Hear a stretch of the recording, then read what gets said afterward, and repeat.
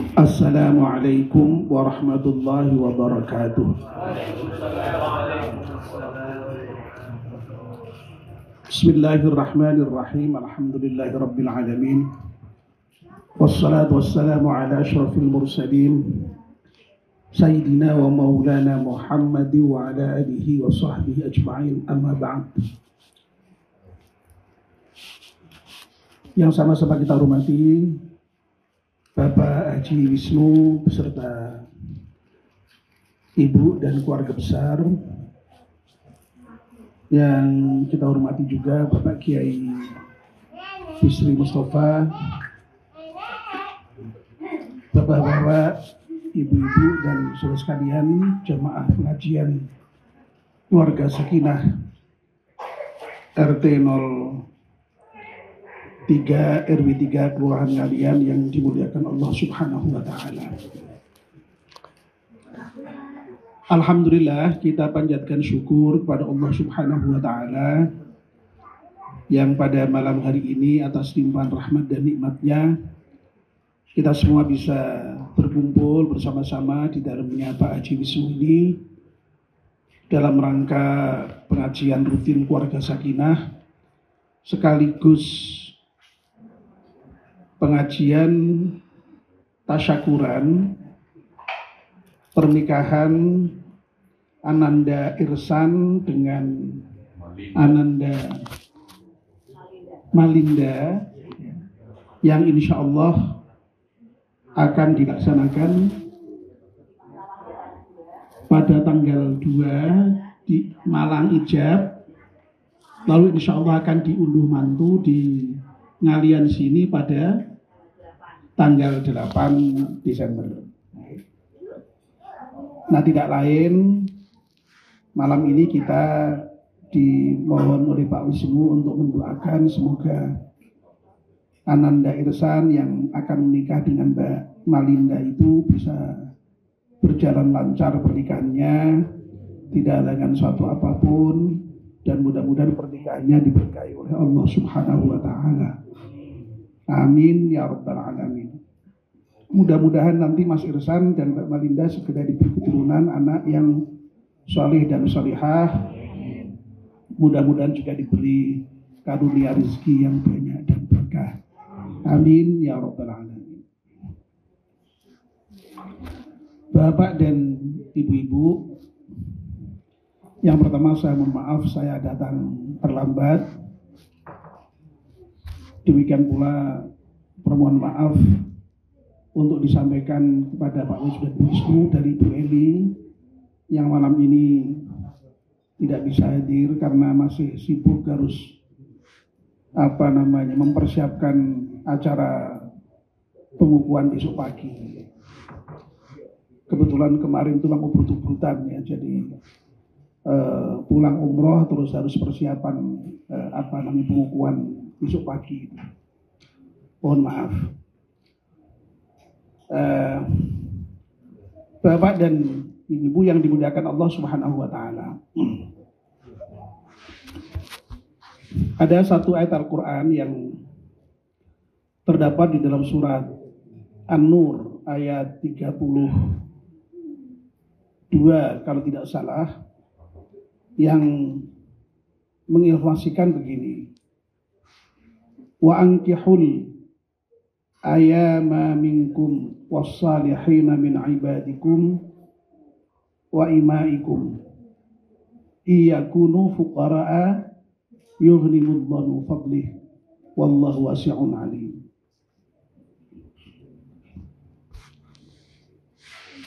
Nikahkanlah orang-orang yang sendirian di antara kamu. Ini berarti perintahnya perintah pada pihak ketiga. Nikahkanlah orang-orang yang sendirian di antara kamu, baik perempuan, baik itu yang perempuan merdeka maupun yang budak, laki-laki yang merdeka maupun yang budak. Ya. Intinya yang masih jomblo.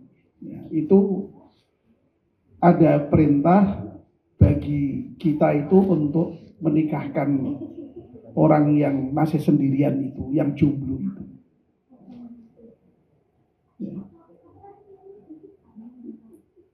Nah, khusus untuk yang budak itu memang ada catatan yang sekiranya memang baik dan kiranya mampu untuk berumah tangga dengan syarat-syarat tertentu.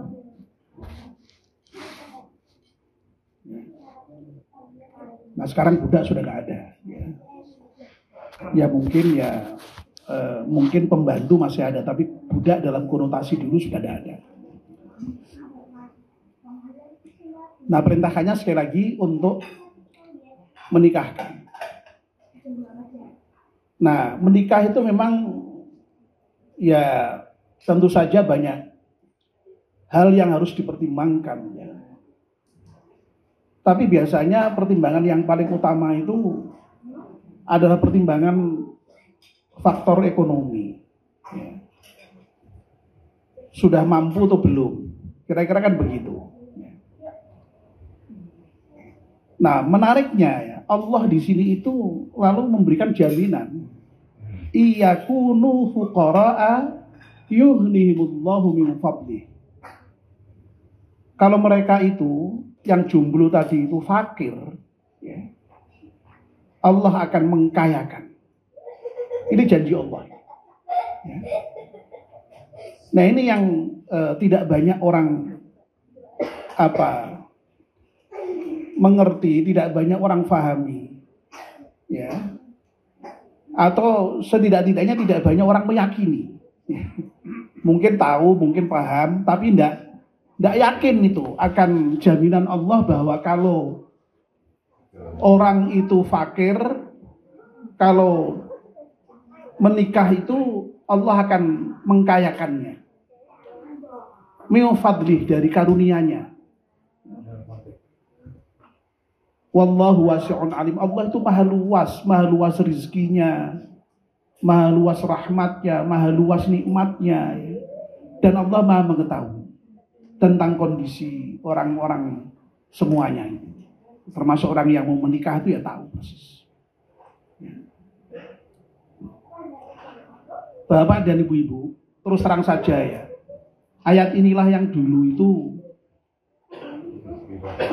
menginspirasi saya, mendorong saya untuk berani menikah sejak masih mahasiswa ya. Bayangkan saya itu mahasiswa semester berapa ya, semester 5 kalau nggak salah ya, semester 5 ya pasti belum punya pekerjaan yang tetap untuk mahasiswa, tapi saya sudah punya pekerjaan. Saya dulu guru ngaji ya, guru ngaji. Lalu ketika ada keinginan untuk menikah karena sudah punya calon itu, RKI saya juga tidak kok kemudian mencukupkan hanya menjadi guru ngaji. Saya juga berusaha untuk mencari rezeki dengan cara yang lain. Saya beternak puyuh saat itu ya, meskipun akhirnya gagal ya. Tapi gagalnya pun juga sebelum nikah itu, tapi tetap berani saya menikah itu ya. Dan alhamdulillah ya, orang tua saya dan orang tua dari pihak calon istri saya itu kok juga mau melaksanakan ayat ini, mau menikahkan saya yang jomblo itu ya. Bayangkan anaknya mahasiswa belum punya pekerjaan, menikah kok dibolehkan ya. Kalau bapak saya itu mungkin ya anak laki-laki ya.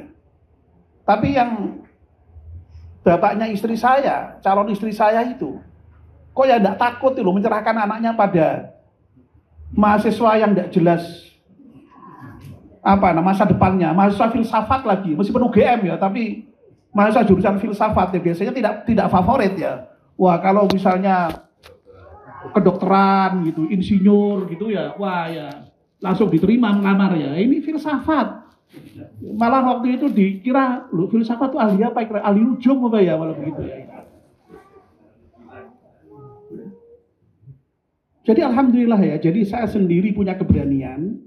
Alhamdulillah kedua pihak, baik orang tua saya maupun pihak bapaknya atau kedua orang tua istri saya itu juga mengizinkan dan menikahkan anaknya meskipun dengan laki-laki yang tidak jelas begitu ya. Ya. Tapi alhamdulillah ya, mungkin karena keyakinan itu ya kok nampaknya ya dengan meskipun pasti dengan perjuangan yang berat ya, orang menikah tidak punya pekerjaan tetap, jauh dari orang tua di Jogja ya. Tapi alhamdulillah ya dilalahnya itu apa namanya, ngaji saya itu ya, apa namanya, yang membutuhkan lalu bertambah. Sampai katakanlah waktu seminggu itu tidak cukup itu untuk ngajar ngaji. Ngaji privat tuh ya, anak-anaknya dosen-dosen UGM itu. Ya. Bu Eli dilalahnya itu juga apa namanya? Dulu Bu Eli kan memang kebetulan berasal dari ini ya, dari apa namanya? Dari Fakultas Antropologi di UGM, tetapi nyambi di ABA jurusan bahasa Inggris sehingga bahasa Inggrisnya bagus. Itu terima terjemahan, ya. Terima terjemahan. Dulu kan banyak mahasiswa yang terjemahkan gitu ya itu. Ya alhamdulillah ya, artinya ketika waktunya anak lahir, ya alhamdulillah ya lahir ya. Waktunya anak pakai popok ya bisa beli popok. Waktunya anak harus pakai celana ya ada celananya ya. Deralah ya, waktunya anak sekolah ya bisa sekolah ya. Itu saya menganggap merupakan realisasi dari janji Allah tadi itu, yang Allah akan mengkayakan. Nah, yang mungkin sering disalahpahami adalah pengertian kaya itu ya. Pengertian kaya itu mungkin orang membayangkan kaya itu harus punya banyak uang ya. Sudah punya rumah ya, lalu punya kendaraan mobil ya, seperti itu. Padahal kaya tidak seperti itu. Kaya itu kaya hati. Seberapapun penghasilan kita, kalau kita merasa memang itu merasa cukup, ya kaya kita. Nah, saya nyatanya dulu pakai motor Honda bebek merah itu sampai anak-anak saya sampai lulus SMA aja masih pakai motor bebek merah ya. Masih ingat ibu-ibu ya, bapak ya. Ya tidak masalah, BMW ya, bebek merah warnanya itu ya, tidak masalah ya. Dan anak-anak saya adalah tidak ada yang protes ya. Tidak ada yang kemudian minta, Bu tolong saya diberikan motor, tidak ada itu. Meskipun anak saya kemudian lalu tidak ada yang pakai motor sama sekali. Ya mungkin ya kalau pakai malu ya, anak muda kok pakai motor bebek merah sudah tua begitu ya. Mungkin malu mungkin. Ya. Tapi nyatanya alhamdulillah tidak ada yang menuntut, tidak ada. Jadi saya kira persoalan adalah pengertian kaya itu jangan dibayangkan lalu mesti harus kaya material seperti itu. Nah di situ. Nah, nuwun sewu Bapak, poinnya adalah bahwa memang kita ini sebagai orang tua itu harus memahami ayat ini ya.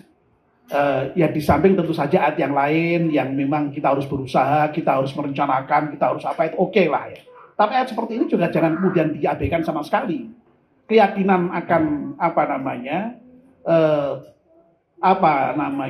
keyakinan akan jaminan Allah tadi. Kadang-kadang kita itu berpikir terlalu manusiawi, ya, terlalu mengandalkan kemampuan manusia. Ya. Saya dulu pernah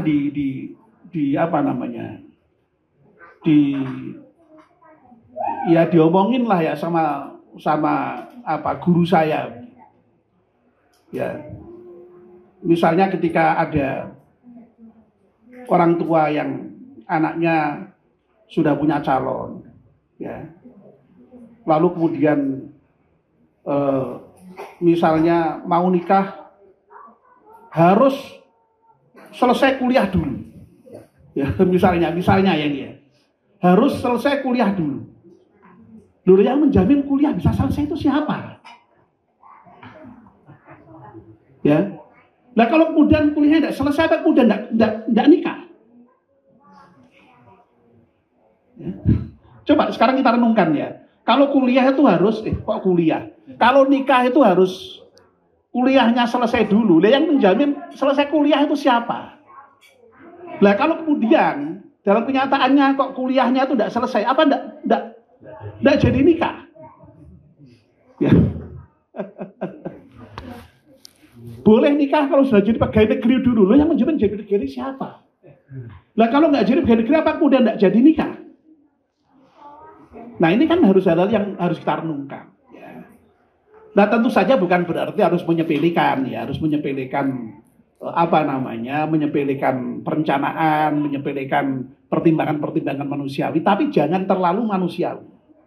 Artinya apa? Artinya kekuasaan Allah, jaminan Allah, kehendak Allah itu harus kita pertimbangkan terkait dengan persoalan pernikahan itu. Ya. Oleh karena itu, ya itu tadi makanya sampai ada ayat yang kemudian mendorong orang untuk menikahkan siapa saja yang sendirian, ya, untuk segera nikah. Sebab apa? Nikah itu kebutuhan manusiawi, harus dipenuhi. Kalau tidak dipenuhi pasti ada yang kurang dalam kehidupan seorang. Nah kalau kemudian tidak dibantu dinikahkan, lalu bagaimana nasib orang-orang yang sendirian itu? Kasihan kan ya. Nah makanya agama itu menuntun seperti itu. Ya. Nah persoalan tadi itu ya sekali lagi kaya itu sekali lagi sifatnya harus dipahami dalam bentuk jangan harus dibayangkan dalam kekayaan yang sifatnya material ya. Kalau sekiranya memang kita menganggap cukup dengan apa yang Allah berikan, loh itu sudah kaya itu. Ya. Orang itu kalau qanaah ya, kalau bisa menerima apa yang Allah berikan, ya, itu malah dalam salah satu syair disebut orang yang paling kaya, atau setidaknya sederajat dengan orang yang paling kaya sekalipun. Ya, barang siapa yang mempunyai hati yang qanaah, maka dia dengan seorang raja itu sama. Ya. Ya. Wa anta wa malikud dunya sawa, kata syair itu. Ya. Nah oleh karena itu ya poin yang ingin saya sampaikan dalam pengajian ini adalah bahwa kita sebagai orang tua itu memiliki tanggung jawab untuk menikahkan ya. Kalau konteks anak kita ya anak kita. Kalau kita punya saudara yang belum menikah ya punya kewajiban dalam tanda petik membantu menikahkannya ya. Ya. Kalau ada saudara kita yang sendirian juga kita bantu ya. Nuwun sewu, makanya kalau ada orang guyon mendorong-dorong Pak Budi itu sebenarnya dalam rangka mengamalkan ayat ini itu sebenarnya itu ya. Karena kalau sendirian terus itu ya tapi kalau pilihan juga tidak apa-apa ya. Itu haknya ya. Ya itu ya. Mohon maaf Pak Budi ya, ini guyon Pak Budi ya. Guyon. Iya. Jadi begitu ya. Nah sehingga dengan begitu lalu kemudian diharapkan orang itu jangan sampai ada yang kemudian tidak menikah memang ya. Karena Masya Allah kalau orang tidak menikah itu kayak apa ya, persoalan besar saya kira ya. Dan makanya nikah itu didorong sedemikian oleh agama. Nah sehingga sekali lagi alasan ekonomi itu jangan menjadi alasan yang utama itu di dalam rangka untuk pernikahan. Ya. Nah Bapak dan Ibu-ibu ya saya bersyukur ya kalau tadi merefleksikan diri saya sendiri ya. Alhamdulillah nyatanya Allah kemudian memberikan nikmat yang terus berkembang saya terima ya, dan sampai akhirnya ya alhamdulillah saya dikaruniai dengan istri itu mencapai katakanlah ya derajat yang tertinggi ya, sebagai dosen itu ya, menjadi guru besar dan alhamdulillah bersamaan ini kan ya karunia yang luar biasa yang dulu tidak pernah saya bayangkan sama sekali. Tidak pernah bayangkan sama sekali saya. Wong dulu saya dengan menikah itu sekolah tuh hampir gak rampung. Betul Pak. Saya S1 sampai 8 tahun bayangkan. Itu resiko memang, di antara dari resiko yang harus ditanggung sebagai apa namanya, resiko dari pilihan gitu ya. Dan saya sadari ya. Jadi refleksi terhadap diri saya itu sendiri seperti itu, dan itu masya Allah saya syukuri betul ya. Nah, kalau saya nggak tahu kok tiba-tiba kok saya kemudian cerita ini di sini itu, ya mudah-mudahan ini menjadi refleksi kita bersama ya, menjadi refleksi kita bersama. Sekali lagi mudah-mudahan apa namanya, kekuasaan Allah, jaminan Allah, ya apapun yang terkait dengan kudrah Allah itu harus kita yakini ya. Jadi jangan semata-mata mengandalkan kemampuan kita sebagai manusia. Manusia itu sangat lemah ya, sangat lemah. Nah, itu saya kira pesan yang paling penting ya, dan kita doakan ya, semoga Mas Irsan ini yang besok Sabtu menikah itu akan mendapatkan jaminan Allah tadi itu ya, akan dikayakan oleh Allah Subhanahu wa taala ya, dengan kekayaan. Tapi sekali lagi jangan difahami selalu material tadi itu ya, dengan kekayaan yang berlimpah, mudah-mudahan ya, mudah-mudahan, dan sehingga pernikahannya diberkahi Allah Subhanahu wa taala, dikaruniai keturunan yang saleh dan salihah, rezeki yang banyak dan barokah. Amin ya rabbal alamin. Saya kira itu ya, singkat saja untuk malam ini ya. Saya sebenarnya juga sudah menyampaikan Pak Ilyas ya, apa bisa datang apa tidak, karena saya membayangkan tanggungan itu masih harus dikerjakan begitu ya untuk persiapan besok itu. Tapi alhamdulillah saya bisa menyempatkan meskipun terlambat, dan mudah-mudahan yang sedikit ini ada berkahnya. Amin ya rabbal alamin. Kurang lebih mohon maaf. Wassalamualaikum warahmatullahi wabarakatuh. Terima kasih Pak Kiai, pesan keagamaannya. Mudah-mudahan ini menginspirasi dan